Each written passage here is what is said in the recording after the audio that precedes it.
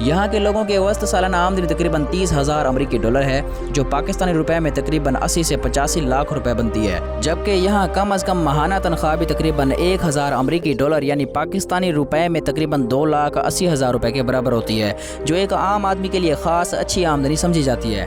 دوستوں، یہاں کے لوگ نہایت خوش اخلاق، مہمان نواز اور دوستانہ مزاج رکھتے ہیں۔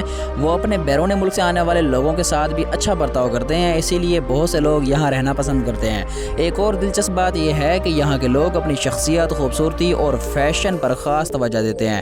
اسی وجہ سے آپ کو تقریباً ہر شہر میں بیوٹی پارلرز، ہیئر ڈریسرز اور جدید سیلون بڑی تعداد میں نظر آئیں گے، جو اس ملک کے جدید طرز زندگی کی عکاسی کرتے ہیں۔ دوستوں، آج کے دور میں سائپرس دنیا کے مقبول ترین سیاحتی ممالک میں شمار ہوتا ہے، کیونکہ یہ قدرتی حسن سے مالا مال ہے۔ آپ اس بات سے اندازہ لگا سکتے ہیں کہ جہاں اس ملک کی آبادی صرف 12 لاکھ کے قریب ہے، وہیں ہر سال یہاں آنے والے سیاحوں کی تعداد تقریباً 40 لاکھ تک پہنچ جاتی ہے۔ یہاں کے شفاف نیلے پانی والے ساحل واقعی دیکھنے کے قابل ہوتے ہیں، جہاں دنیا بھر سے لوگ اپنی چھٹیاں گزارنے کے لیے آتے ہیں۔ خاص طور پر یونان سے بڑی تعداد میں سیاح یہاں آتے ہیں، کیونکہ ان کا عقیدہ ہے کہ یونانی دیوی ایفروڈائٹ کی پیدائش بھی اسی جزیرے پر ہوئی تھی اور وہ اسے محبت کی دیوی مانتے ہیں۔ اسی وجہ سے یہ جگہ ان کے لیے خاص مذہبی اور تاریخی اہمیت بھی رکھتی ہے۔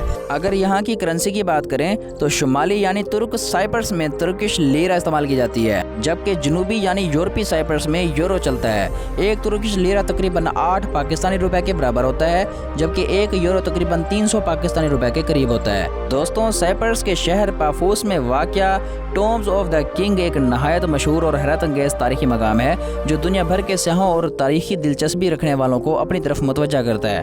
اس جگہ کا نام سن کر ایسا محسوس ہوتا ہے جیسے یہاں بادشاہ دفن ہو، لیکن حقیقت میں یہاں زیادہ تر قدیم زمانے کے امیر لوگ، اعلیٰ سرکاری افسران اور طاقتور خاندانوں کے افراد دفن کیے گئے تھے۔ یہ مقبرے تقریباً 4 صدی قبل مسیح میں چٹانوں کو تراش کر بنائے گئے، جنہیں دیکھ کر اس دور کی تعمیراتی مہارت اور انجینئرنگ کا بخوبی اندازہ لگایا جاتا ہے۔ ان مقبروں کے اندر بڑے بڑے ستون، کشادہ کمرے، زیر زمین راستے اور خوبصورت پتھریلے ڈھانچے موجود ہیں، جو دیکھنے والوں کو حیران کر دیتے ہیں۔ اس منفرد تاریخی اہمیت کی وجہ سے یہ مقام یونیسکو کے عالمی ثقافتی ورثے میں شامل کیا گیا ہے۔ دوستوں، اس شہر میں موجود آرکیالوجیکل سائٹ پافوس بھی ایک نہایت اہم اور تاریخی مقام ہے، جو رومی دور کی شاندار یادگاروں کی وجہ سے پوری دنیا میں معروف ہے۔ قدیم زمانے میں یہ شہر سائپرس کا ایک بہت بڑا سیاسی اور تجارتی اور ثقافتی مرکز تھا، جہاں بادشاہ، حکمران اور با اثر خاندان آباد تھے۔ آج بھی اس تاریخی مقام پر قدیم محلات، بازار، عبادت گاہیں اور رہائشی عمارتوں کے آثار موجود ہیں، جو ہزاروں سال پرانی تہذیب کی گواہی دیتے ہیں۔ اس مقام کی سب سے نمایاں خصوصیت اس کے شاندار موزیک فرش ہیں، جو رنگ برنگے پتھروں سے انتہائی نفاست کے ساتھ تیار کیے گئے تھے۔ کیا آپ جانتے ہیں ان موزیک فرشوں پر قدیم یونانی اور رومی داستانیں، دیوی دیوتاؤں کی تصاویر، جانوروں کے نقش اور خوبصورت ڈیزائن آج بھی حیرت انگیز حد تک محفوظ ہیں۔ اب بات کرتے ہیں ایک ایسے شہر کی جو آج بھی ایک پراسرار راز بنا ہوا ہے۔ فاماگوستا میں ایک ایسا علاقہ موجود ہے جسے واروشا کہا جاتا ہے اور اسے گھوسٹ سٹی یعنی بھوتوں کا شہر کہا جاتا ہے۔ ایک زمانہ تھا جب یہ علاقہ سائپرس کا سب سے مشہور سیاحتی مقام تھا۔ خاص طور پر 1970 کی دہائی میں یہ ایک جدید، خوبصورت اور نہایت پر رونق شہر سمجھا جاتا تھا، لیکن 1974 میں جب ترکی نے اس علاقے پر فوجی کارروائی کی تو یہاں رہنے والے تقریباً تمام لوگ، جن کی اکثریت یونانی تھی، اپنا گھر بار چھوڑ کر وہاں سے چلے گئے۔ اس کے بعد اس پورے علاقے کو خاردار تاروں سے بند کر دیا گیا۔ آج تک یہ علاقہ تقریباً خالی پڑا ہے۔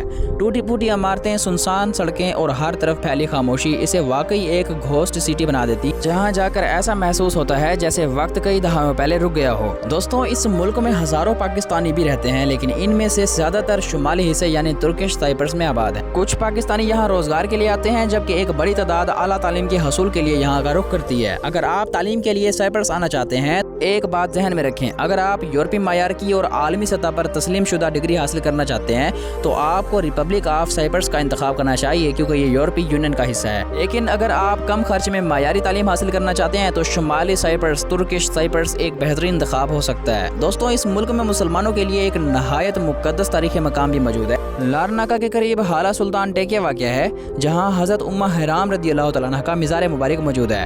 حضرت امہ حرام رضی اللہ تعالیٰ عنہ اسلام کی نہایت معزز صحابیہ تھیں اور آپ کا تعلق رسول اللہ صلی اللہ علیہ وسلم کے قریبی خاندان سے تھا۔ روایات میں آتا ہے کہ رسول اللہ صلی اللہ علیہ وسلم نے ایک خواب دیکھا تھا جس میں آپ کی امت کے لوگ سمندر کے راستے اللہ کی راہ میں جہاد کرتے ہوئے نظر آئے۔ اس پر حضرت امہ حرام رضی اللہ تعالیٰ عنہ نے عرض کیا، یا رسول اللہ صلی اللہ علیہ وآلہ وسلم، اللہ تعالیٰ سے دعا فرمائیے کہ مجھے بھی ان خوش نصیب لوگوں میں شامل فرما دے۔ رسول اللہ صلی اللہ علیہ وآلہ وسلم نے ان کے لیے دعا فرمائی۔ بعد میں حضرت عثمان رضی اللہ تعالیٰ عنہ کے دور خلافت میں جب مسلمانوں کا پہلا ہجری لشکر روانہ ہوا تو حضرت امہ حرام رضی اللہ تعالیٰ عنہ بھی اس قافلے میں شامل تھیں۔ سائپرس پہنچنے کے بعد سفر کے دوران آپ سواری سے گر گئیں اور اسی مقام پر وفات پا گئیں۔ اسی وجہ سے آج لارنکا میں آپ کا مزار مبارک موجود ہے، جو حالہ سلطان ٹیکے کے نام سے پوری دنیا میں مشہور ہے۔ یہ مقام آج بھی مسلمانوں کے لیے نہایت مقدس سمجھا جاتا ہے، جہاں دنیا بھر سے زائرین حاضری دینے آتے ہیں۔ اس شہر میں موجود چرچ آف سینٹ لازرس بھی ایک نہایت مشہور اور مقدس تاریخی مقام ہے۔ یہ چرچ حضرت لازرس علیہ السلام کے نام سے منسوب ہے۔ عیسائی عقیدے کے مطابق حضرت عیسیٰ علیہ السلام نے اللہ تعالیٰ کے حکم سے حضرت لازرس علیہ السلام کو دوبارہ زندہ فرمایا تھا، اور یہ واقعہ بابیل میں ایک عظیم معجزے کے طور پر بیان کیا گیا ہے۔ یہ چرچ 9ویں صدی عیسوی میں تعمیر کیا گیا تھا، اور عیسائی روایات کے مطابق اسی چرچ کے نیچے حضرت لازرس علیہ السلام کی قبر موجود ہے۔ اسی وجہ سے یہ چرچ آج بھی دنیا بھر کے سیاحوں اور عیسائی زائرین کے لیے خصوصی اہمیت رکھتا ہے۔ آپ اگر قدرتی خوبصورتی کی بات کریں تو سائپرس کے ساحل دنیا بھر میں اپنی خوبصورتی کے لیے مشہور ہیں۔ ان میں سب سے زیادہ مشہور آیا ناپا بیچ ہے۔ یہاں پہنچ کر ایسا محسوس ہوتا ہے جیسے انسان کسی جنت نظیر مقام پر آ گیا ہو۔ چاروں طرف شفاف نیلا پانی، نرم سفید ریت، ٹھنڈی سمندری ہوائیں اور پرسکون ماحول انسان کے دل کو ایک عجیب سکون عطا کرتے ہیں۔ شاید یہی وجہ ہے کہ جو بھی شخص ایک مرتبہ یہاں آتا ہے وہ اس جگہ کو ساری زندگی نہیں بھول پاتا۔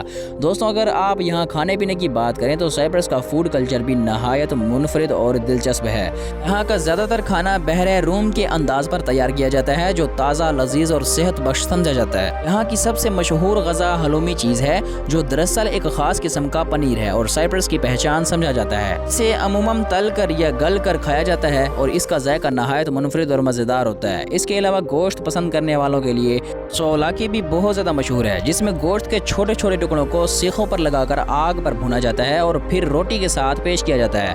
یہاں کے کھانوں میں تازہ سبزیاں، زیتون کا تیل اور سمندری غذائیں بھی بکثرت استعمال ہوتی ہیں، جس کی وجہ سے یہاں کا کھانا نہ صرف لذیذ بلکہ صحت کے لیے بھی بہت زیادہ مفید سمجھا جاتا ہے۔ اسی لیے دنیا بھر سے آنے والے سیاح یہاں کے کھانوں کا ذائقہ ضرور چکھتے ہیں اور اسے ہمیشہ یاد رکھتے ہیں۔ دوستوں، سائپرس کی تاریخی اور جغرافیائی اہمیت بہت زیادہ ہے، اور یہی وجہ ہے کہ یہ جزیرہ کئی دہائیوں سے ترکی اور یونان کے درمیان تنازع کا مرکز بنا ہوا ہے۔ سن 1974 میں ترکی نے یہاں فوجی کارروائی کی، جس کے بعد یہ جزیرہ 2 حصوں میں تقسیم ہو گیا۔ اب سوال یہ پیدا ہوتا ہے کہ آخر یہ علاقہ اتنا اہم کیوں ہے؟ اصل وجہ اس کا جغرافیائی محل وقوع ہے۔ یہاں سے مشرق وسطی کے اہم ممالک جیسے مصر، لبنان، شام، فلسطین اور دیگر علاقوں تک آسانی سے رسائی حاصل کی جا سکتی ہے۔ اگر کسی ملک کو اس پورے خطے میں فوجی کارروائی یا نگرانی کرنی ہو تو سائپرس کے ہوائی اڈے اور فوجی اڈے نہایت اہم کردار ادا کرتے ہیں۔ اس کے علاوہ دنیا کی اہم ترین تجارتی گزرگاہوں میں سے ایک نہر سویز بھی اس کے قریب واقع ہے، جس کی وجہ سے اس خطے کی اسٹریٹجک اہمیت مزید بڑھ جاتی ہے۔ اسی وجہ سے دنیا کی بڑی طاقتیں ہمیشہ اس جزیرے میں خصوصی طور پر دلچسپی رکھتی آئی ہیں۔ آج بھی برطانیہ کے 2 اہم فوجی اڈے سائپرس میں موجود ہیں، جنہیں قانونی طور پر برطانوی خود مختار علاقہ سمجھا جاتا ہے۔ اگر ہم تاریخ پر نظر ڈالیں تو 1571 میں سلطنت عثمانیہ نے اس جزیرے پر قبضہ کر لیا تھا۔ اس سے پہلے یونانی آبادی کی اکثریت آبادی تھی اور اس وقت یونان بھی سلطنت عثمانیہ کے زیر اقتدار تھا۔ بعد ازاں 1821 کے قریب یونان نے بغاوت کر کے آزادی حاصل کر لی۔ اس کے بعد سائپرس میں آباد یونانیوں نے بھی آزادی حاصل کرنے کی کوشش کی، لیکن سلطنت عثمانیہ نے ان کی بغاوت کو دبا دیا۔ پھر 1878 میں برطانیہ نے ایک معاہدے کے تحت سائپرس کا انتظام سنبھال لیا۔ سلطنت عثمانیہ نے روس کے خلاف تعاون کے بدلے یہ جزیرہ برطانیہ کے حوالے کیا تھا۔ برطانیہ اس جزیرے کی اسٹریٹجک اہمیت کو بخوبی سمجھتا تھا، اس لیے اس نے اپنی مضبوط موجودگی قائم رکھی۔ دوسری جنگ عظیم کے بعد جب برطانیہ کمزور ہونے لگا اور مختلف نو آبادیاتی علاقوں سے نکلنے لگا تو سائپرس کے عوام نے بھی آزادی کا مطالبہ کیا، لیکن برطانیہ اس اہم مقام کو مکمل طور پر چھوڑنے پر آمادہ نہیں تھا، اس لیے اس نے اپنے فوجی اڈے برقرار رکھے۔ بعد ازاں جب برطانوی کنٹرول کمزور ہوا تو ترکی اور یونان کے درمیان کشیدگی میں اضافہ ہو گیا اور حالات یہاں تک پہنچ گئے دونوں کے درمیان مسلح تصادم شروع ہو گیا۔ اس صورتحال کے بعد اقوام متحدہ نے مداخلت کی اور جزیرے کو 2 حصوں میں تقسیم کر دیا۔ آج بھی دونوں حصوں کے درمیان موجود سرحد کو یونائٹڈ نیشنز بفر زون کہا جاتا ہے، جہاں اقوام متحدہ کے امن دستے تعینات ہیں تاکہ دونوں طرف امن و امان برقرار رکھا جا سکے۔